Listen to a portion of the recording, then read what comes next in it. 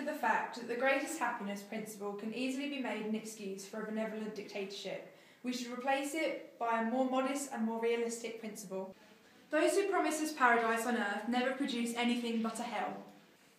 I believe that there is, from the ethical point of view, no symmetry between suffering and happiness, or between pain and pleasure.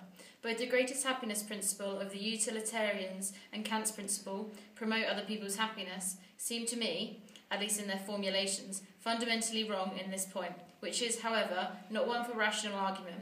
In my opinion, human suffering makes a direct moral appeal for help, while there is no similar call to increase the happiness of a man who is doing well anyway.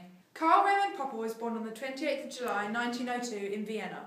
Popper's negative utilitarian principle is that we should act to minimise suffering rather than maximise pleasure.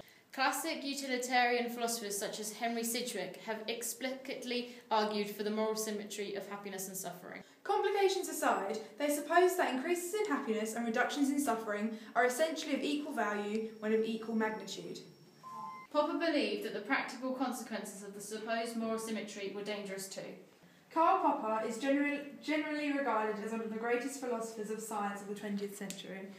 He was also a social and political philosopher of considerable stature, a self-professed critical rationalist, a dedicated opponent of all forms of scepticism, conventionalism and relativism in science and in human affairs, generally, a committed advocate and staunch defender of the open society. Ethical negative utilitarianism is a value system which challenges the moral symmetry of pleasures and pain. It doesn't question the value of enhancing the happiness of the already happy. Yes, it attaches value in a distinctive moral sense of the term, only to actions which tend to minimise or eliminate suffering.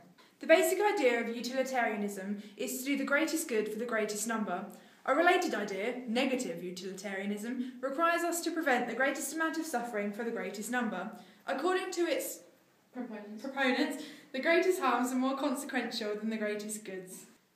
Negative utilitarianism seems like a reasonable enough philosophy, at least at first. What could possibly be wrong with minimising harm? Well, as a weakness, it turns out that the optimal implementation of negative utilitarianism would be to kill off all of humanity in the quickest and most painless way possible. That way, the probability of Earth-originating conscious beings experiencing harm in the future is reduced to zero. From the perspective of negative utilitarianism, this is the best possible outcome.